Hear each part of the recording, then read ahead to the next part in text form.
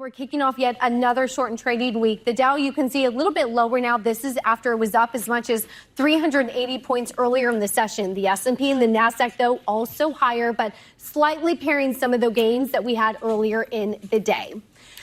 Let's talk about Bitcoin. They're reclaiming $100,000, right? The first time that we've done that since December 19th.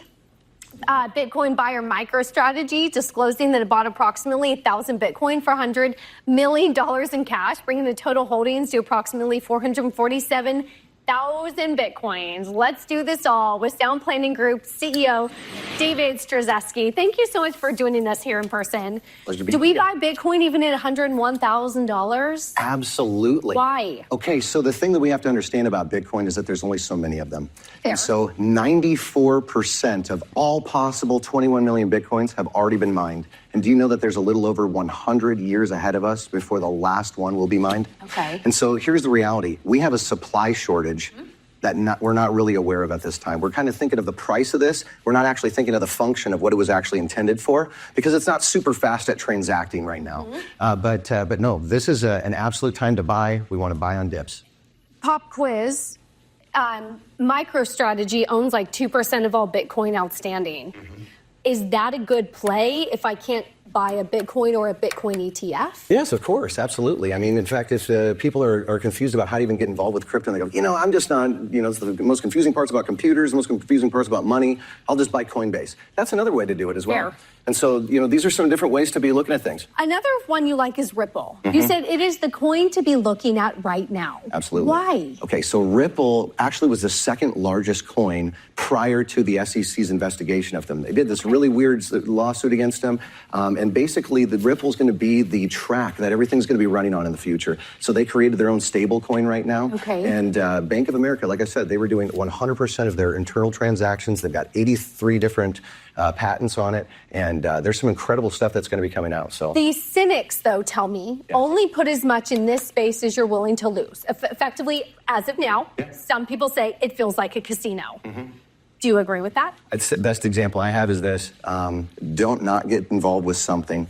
Do whatever you would do for a nice weekend away with your spouse. Okay. And instead of doing that weekend, maybe put that in crypto. Here's what I'll tell you. 3 to 5 years from now, you either made some real money or you just lost one weekend together. Not a big deal.